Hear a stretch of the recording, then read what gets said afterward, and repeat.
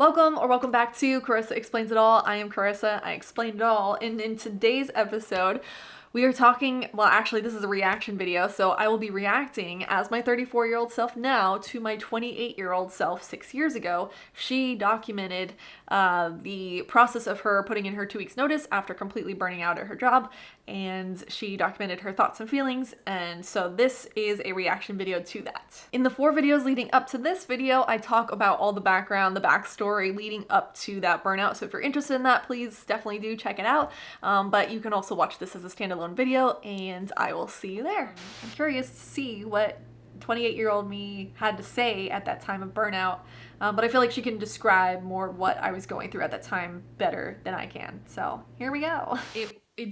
It was time for a change. So I am making this video on the eve of when I put my 2 weeks notice into this job that I've worked at for the last 8 years, and it feels good. It feels like freedom. I can taste it. I'm almost there.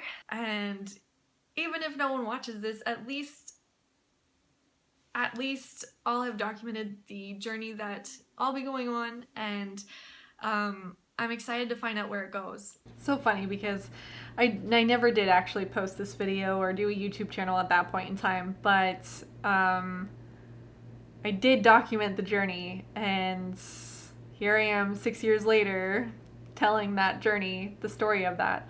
I think it's really hard to be vulnerable while you're in the space of going through something, and I put a lot of expectation and pressure on myself to share while I was going through it. I think at this point in time, I would feel comfortable and strong enough and confident enough to share something vulnerably that I was actively going through, but at that time I just needed to be kind to myself and just be present with myself and see myself and validate myself, and just self-love and unconditional presence. That's what I needed most at that time, and I gave it to myself little bit by little bit by little bit as I went through that journey and learned to do so, because so many of us are not taught how to move through our emotions, how to process through them, what they mean, that they're a language, or how to self-soothe, the things that you would normally get from like a parent who understands that it's not just about providing physical needs, but about providing emotional needs, mirroring, validating, honoring the child and their essence and not projecting anything of yours onto them. But that requires a lot of self-awareness from the parent as well, and if they were never taught, then how are they supposed to teach you? So yeah, that's kind of the process and journey that I went through. So let's go watch one of the clips now of me actually on the 2 weeks notice journey. I think this first clip is me just trying to get out of bed on that day. So I'm having a really hard time getting up and pushing the snooze button over and over again because I'm tired, but I just really don't want to go to work. I hate my job. So I am headed to work. Day 1 of 2 weeks notice. So I haven't given notice yet, but I am going to today when I get to work. So I'm almost to work, about to pull into the parking lot, and I don't know, I just feel just terrible. I don't feel like I have the strength to get through another day, and my soul feels constricted, like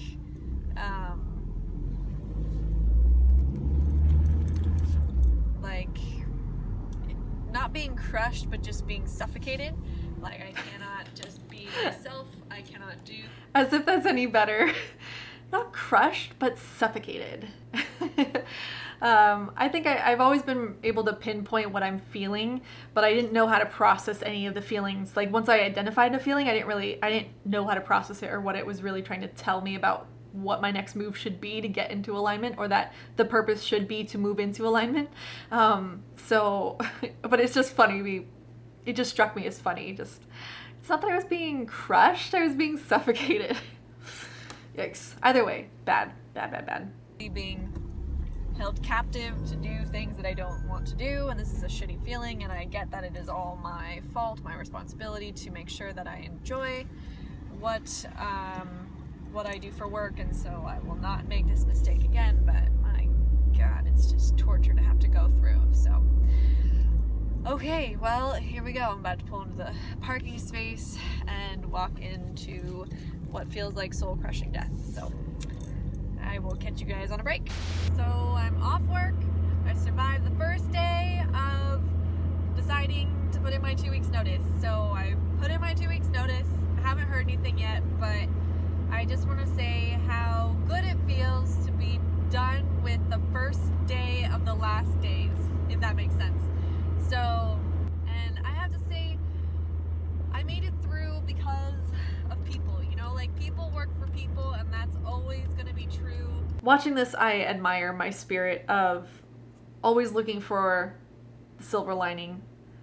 And there's a fine line between trying to look for the silver lining and toxic positivity. And I think toxic positivity implies ignoring your current reality and trying to find the positives. And I get the feeling, I get the feeling that like I'm clearly, I understand the reality of the situation, but I'm gonna try to be positive anyways. Like I'm trying to find the hope that will carry me through and out of this situation. So I just want to say I admire that about myself, my young self there. And I want to normalize like being proud of yourself for things, because that is a huge part of self-love, is being like, yeah, I do that well, and I love that about myself. So here's a challenge for you guys. Name 2 things, not 1, not 3, but 2 things that you know you do very well, because you deserve it. You deserve to praise yourself. You know, like we don't tell the people that we really love, I love you and think you're wonderful, once a year or once a month on our self-care day. Like, you know, like you tell them often, many times, every time you see them doing something that you love, like you're like, I love that about you. I love you for that.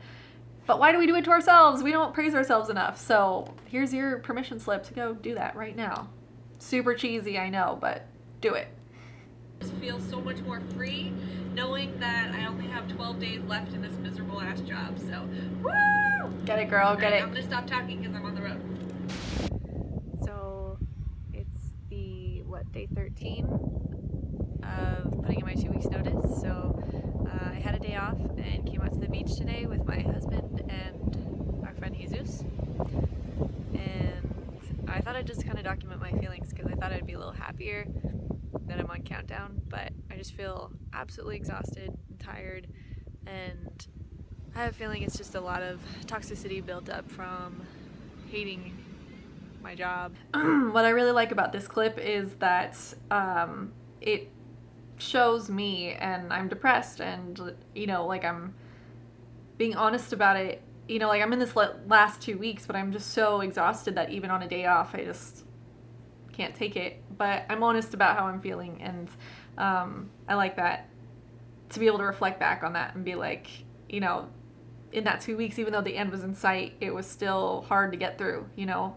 I just hope that like brings comfort to someone. Like if you're watching and you're like in burnout and you're just trying to make it through each day and it feels like you can't make it through the day and you're getting depressed, like you're not alone, you're not alone in feeling like that. And that is what I'm feeling there in that video, is a very normal human response. Like when you are disconnected, detached, and exhausted and burnt out and drained, depression is a normal feeling to feel. It is telling you that you are exhausted, drained, disconnected, and all that stuff. It's not, I used to feel like depression was like, ugh, I'm depressed again. How dare depression come upon me? I'm just trying to get through the day. But like I was doing it to myself. I was creating the depression because I was in the environment, and my life was one where I was disconnected, deprived of of needs that I should have been meeting, emotional needs, spiritual needs, mental needs, physical needs, and I was drained. My cup was not full. It wasn't even like semi-full. It was gone, and I was still expected to give. It's no wonder I was depressed. And I feel like so much of my life I assumed, ugh, I'm just like that person that's getting depressed. If I just didn't have to deal with the depression, I could get through this. Not realizing that what I was doing, allowing myself to do, allowing myself to continue being in these environments and doing the work and like pushing myself, that I was causing myself to dig deeper into that depression. The depression was signaling back to me, you are disconnected, you are deprived, you are pushing too hard, you need to rest, slow down, come back to self-care, self-soothe, self-love. And I don't know if that helps anyone out there, but like, you know, I'm not saying like you did depression to yourself. Like, that's not what I'm saying. Like, if I could go back and tell myself, I'd be like, depression is like a warning sign, a blinker that there is something wrong in your life, change it. Teal Swan has this really great acronym for the word pain, and it's pay attention, integrate now. That is what depression is. Depression is pain and no energy to do anything about it, and no hope for where to go or how to change course. And so it can be really hard to climb out of depression. I think I will do a separate video on that because I have like a depression self-care kit, like an emergency kit of things that I think of, things that I do, things that I practice to pull myself out of depression when I'm feeling that way, when I am not being my best friend. And that is how I be my best friend, you know, take care of myself. So, okay, let's keep going. But I was just thinking, God, I really don't want to go back, and it's so painful, and I don't know how I'm going to get through it. And so I was just thinking about that while I was walking up and down the beach. Knowing because I went through it, where I was at that time, emotionally, and how much I was giving and not getting back, I really should have quit on the spot. There was no need to put myself through that suffering. I needed to get out, and it wasn't 2 weeks wasn't enough time for them to find someone and train someone. It wasn't a priority to corporate. Why was I prioritizing corporate's goals of sales? You know, like there's like that relationship was just me give and not receiving enough. And you know, I received money, but like me as a physical human being, like I needed that soul fulfillment, a mental fulfillment, emotional fulfillment, all that stuff. And that's not corporate's job. And I projected that it was their job, and so I was angry at them for it. But I forget where I was going with that. But there, you know, I talk about the grit, the discipline, and that's good. But you've talking to myself, you've got to know when this is in alignment and when it's not serving you, when it's just like I don't know, I just feel like with distance, space, obviously 6 years distance and a whole journey of emotional healing and all that, if I could talk to her now, I'd be like, get the fuck out of there now, today, do not go back, do not pass go, do not collect 200, just get the hell out of there. But you know what? It all happened for a reason, and honestly, I went back to that job, and it was like, thank God I didn't just quit on the spot. So everything happens for the way it's gonna happen, you know? Yeah, I am so torn on, you know what, here it is. I did the best that I could at that time with what I had available to me, the resources, the knowledge, the wisdom, the insight. And for me, that was the right choice, and it served the version of myself 6 months later when I went back to that job. It served that self to have done that because she needed the stability of that income to go back to. So it all happened the way it happened, and she did the best that she could at that time. But yeah, just gonna get through this, and just a couple more days, like another week. I don't know why I'm doing this, but it will soon be over, and all I can do in the meantime is practice patience and humility and all those other good virtues that are great, that are really hard to actually do. But I mean, what else am I going to do at the time? Just be mad, be angry. Well-deserved anger and madness, you know, like I had such high expectations for myself at all times, perfectionist. I had every right to be angry and mad, but I'm proud of myself because I didn't take it out on other people, because it wasn't their problem, it was my problem. C'est la vie. All that anger is so toxic, and I hate being so mad all the time, but that's the thing though, anger is toxic if you hold on to it and repress it and allow it to build up, you know, like bottle it up and don't deal with it. Anger is there to tell you that a boundary has been crossed. It's time to change course. It's time to do something else. It's time to protect yourself. like anything, like it's anger comes up to tell you it's time to fight, it's time to change something. And all I was doing was, obviously at this point I'd put in the 2 weeks and I was almost done, but like up until then I'd been repressing the anger and just been like, it's toxic, don't feel like, I don't want to feel it, so I'm going to focus on the positive. I guess it was kind of toxic positivity at times. But yeah, oh, little Carissa, so little did you know at the time. That's okay, we'll learn. We will learn. This next clip, I haven't watched it yet, but it's the one that sticks in my mind that I remember picking up the camera to film because I felt so disgusted with the people that I was gonna go have to be kind to. I was so angry. I was so angry. All right, so 10 days left on my 2-week final countdown, and I have to say that I really struggled with it today, and it took a really long time to get going.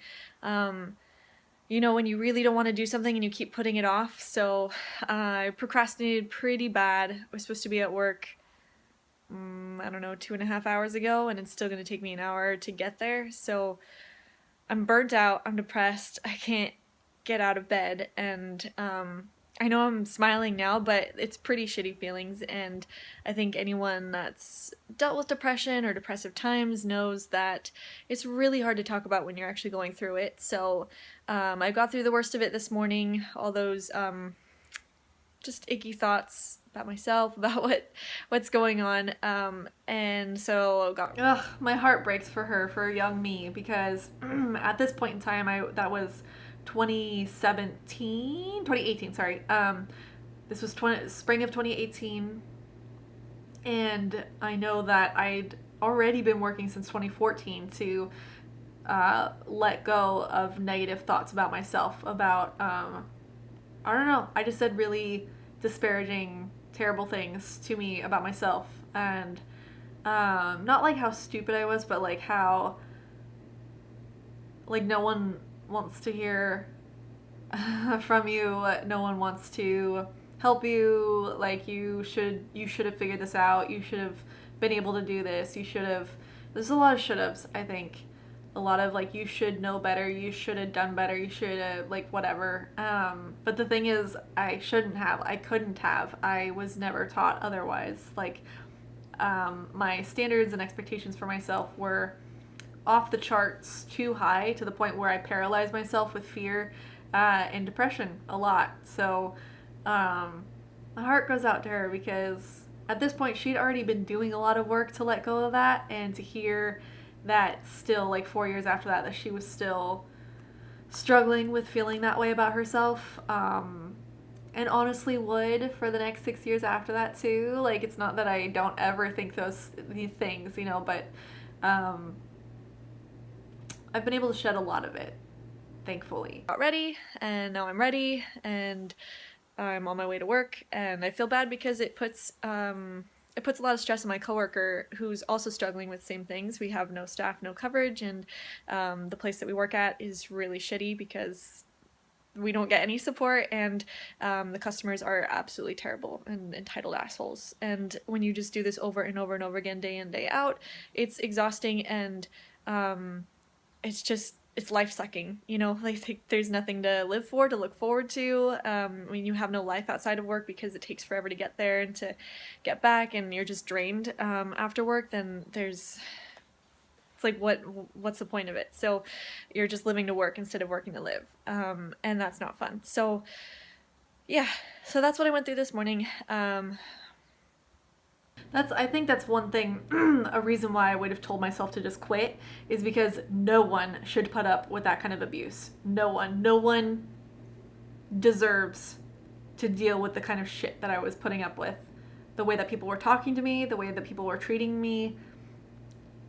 And I was doing my best. I was a perfectionist. I already did everything about my job to the best of my abilities, which was better than most people. I'm going to toot my horn and say it, but I was the person that trained everybody else on how to do things. So I knew what I was doing. And it just, I'd just be like, get the hell out of there, because those people don't deserve you, honey. But also, like, nobody deserves to be treated like that. how dare they? But also, get the hell out of there. You don't have to stay there. You know? Gonna keep doing it. I made a commitment, and at this point, like, I don't give a shit about the company. Like, who gives a fuck? They haven't taken care of any of their employees, and their employees are the people who bring in the money, so why wouldn't you take care of your employees? I don't get that, but I do understand that leadership is pretty shitty at the top, and I've seen that time and time again, and you know what? At this point, I have to come to terms with the fact that it's my fault for having put up with this for so long and for letting it get to the point where it's so toxic that I'm so drained and so depressed. That's my fault for staying in the relationship, the business relationship, whatever you want to call it, longer than it served me. So I think that sometimes we keep thinking it'll get better, or if I just work harder, or if I just try harder, then, you know, the situation will get better. But when the other side of the relationship is not doing anything to support you, and like, they have certain terms, right? They just, all they have to do is pay me, and that's all. There's nothing else that goes into it. And I think for a long time I thought, well, the harder I work, the faster I'll be able to move up and make more money. And that was true, and I did, but I hit the ceiling on that. And the next step up was to work my way into a different role that I realized I was not aligned with what I wanted to do, and had even more pressure and stress to do stuff that we don't have any control over, and to make questionable choices. I just don't agree with the management at the top.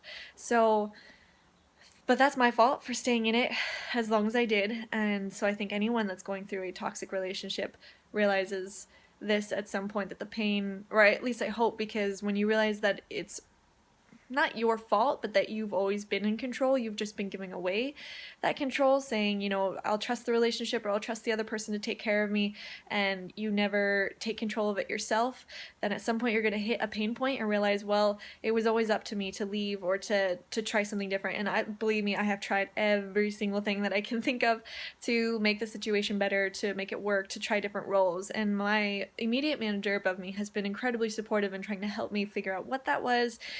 She's talked me down off the ledge of quitting so many times because I didn't know what I wanted yet. So she's like, don't jump ship, and you have bills and you have things that you need to take care of, responsibilities, and if you don't have it figured out, don't jump yet. But I'm finally at that point where I worked my way out of those responsibilities and roles, and out of all those expensive bills. You know, I worked really hard to make that happen, and so here I am, I'm finally able to quit, and it's just the painful final countdown. So I think those are my thoughts for today, just that anyone that's been in a toxic relationship, whether it's work or family or, you know, a personal romantic relationship, at a certain point you realize that the ability to get rid of the pain has always been up to you, and it's time to take control of that. And if you have to hang on just a little bit longer just to make it through commitments and stuff, it's really, really painful to go through, but you'll make it. Yeah, it's 2 weeks from now I won't be in this pain anymore, and literally just time has to go by. And I think that's the shittiest feeling, is feeling like I have to give up my lifetime to get to that point, and there's so many other things that I'd rather be doing, so many things that fill me with joy and energy and excitement, and it's not this. And the fact that I have to go in there and smile at people who don't give a shit about me, and I have to be around people that I don't give a shit about, it's incredibly painful. And you know, it is what it is, and 2 weeks from now, it won't matter. So I am making this video, and probably by the time that anyone sees this, I will be done with it, so, you know, yay! But in the meantime, it's really shitty to go through, and I'm just trying to document this process. So, okay, that's it. I'll see you guys tomorrow. Oh, she brought up so many good things. And I really loved hearing her point of view about, like, at some point you realize it's within your control to do something about. Because me here today, I feel like saying that comes with, well, I have the privilege to have the space and the emotional sobriety to say that. That's such a privilege to be able to say that when you're in this space of, like, peace and confidence and happiness. But to hear someone, you're in the thick of it and you're so burnt out and depressed, and to realize, like, and I could have done something about it before. You know, like, not that, I don't think she's saying it from like a place of regret, but just like, please heed my warning. Like, if, do something about it. If you realize sooner rather than later that you can do something about your situation. So this is my last day at work, and then I'm quitting the 9 to 5, and I'm so excited. I'm almost free! So I have like 6 hours until I'm free, and I don't have to be here, and it feels really, really good. On day 3, I was like, this is it, the final countdown, and then day 2, it was like, okay, almost there, just one more day left, and now here we are today, day 1. 1 day left, and just 6 hours until I can leave forever. I'm done, I made it through, and I don't work for this stupid effing company anymore, and it feels so good. More later, because people are watching and it's weird, but yay! Yay! Okay, amazing. We made it to the end of Burnout, quitting my job. There was a lot to this video, and I feel like it was probably a little jumbled all over the place, but I feel like I did my best to recount all of that. There's so much that went on in those 2 years it's just scrunching it all together and like little tiny talking points was kind of hard. But if you're watching and if you're still here, thank you so much for watching. It's my hope that if you are going through depression, a rut, feeling so stuck, and like there's no way out, there's no way to get out of your situation, and you are burned out, that you just like, you keep the hope alive in whatever way that you can. Have a goal to work towards, have someone that you can talk to that really actually cares about you and your soul and like the way that you feel, because it's such a shitty feeling. It really is, to feel stuck with no way out, to feel without hope. And do what you can to practice some kind of self-care within that, some kind of self-love, even if that's just Netflix and watching something that makes you happy. You don't deserve the situation that you're in. You don't deserve to feel stuck. And you may have gotten there through no means of your own. It may not have been your fault, and maybe it was, but regardless, like, you don't deserve to feel shitty. No one does. And while I don't have all the answers of like how to get out of your situation if you're feeling like that, I just hope that in sharing my story, you can see that, like, not that like, oh, you're not the only one that goes through it, but like that there are other people who go through this, and this is a normal response to life. This is a normal thing that happens to people. It's not normal in that like human beings shouldn't have to go through that, but like it's a thing that happens to a lot of us, you know, like there's nothing wrong with you. You're not deficient. You're not incapable. Yeah, just hang on, you know, get through another day, call a friend, pet a dog, a cat, like do whatever you can to feel some kind of love and hope, because it's hard what you're going through, and I feel for you. I feel for you so, so much. And I've been there and I get it. And the rest of this, I mean, like the first 3 videos, this was all about like my burnout, my journey into hell. Yeah, I hadn't even begun. Honestly, the next 6 years that followed, I went through emotional healing, shadow work, and spirituality, and reparenting.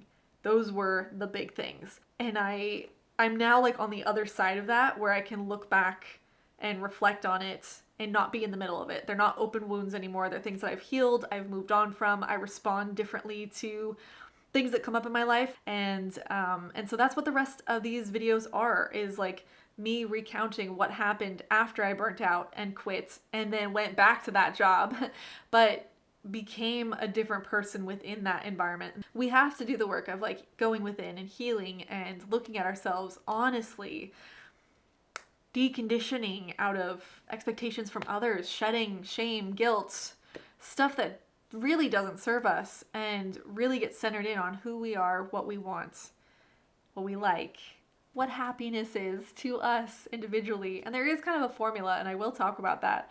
But everyone is so unique and different within that. You do have to find your way to happiness within that formula, within those things. But there are tools, there are resources, and these videos that I'm going to be doing is me sharing all the stuff that I learned over the last 6 years to become the kind of person that she wished she was. And so I'm excited to share that with you. So if you've enjoyed this far, I invite you to continue with me. Our next video will pick up with what did I do with the 6 months I took off from work? How did I recover as a human being? How did I kind of reprioritize, realign, and shift into having like crazy ass spiritual experiences? But still, like, I was a non-believer for so long, even though I was having crazy ass experiences. I'm so excited to share the crazy ass experiences because that's the fun stuff. This is the stuff I love talking about.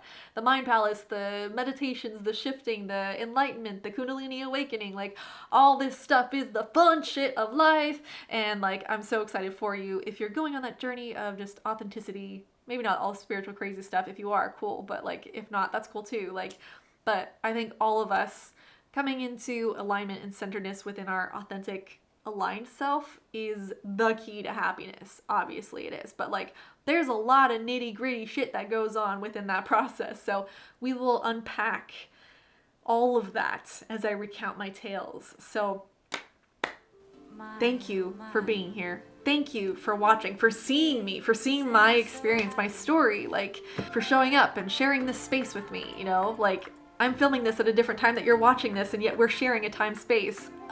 This reality is so cool. So thank you for watching. Again, I'm Carissa. I explain it all, and I'll see you guys in the next video. Bye.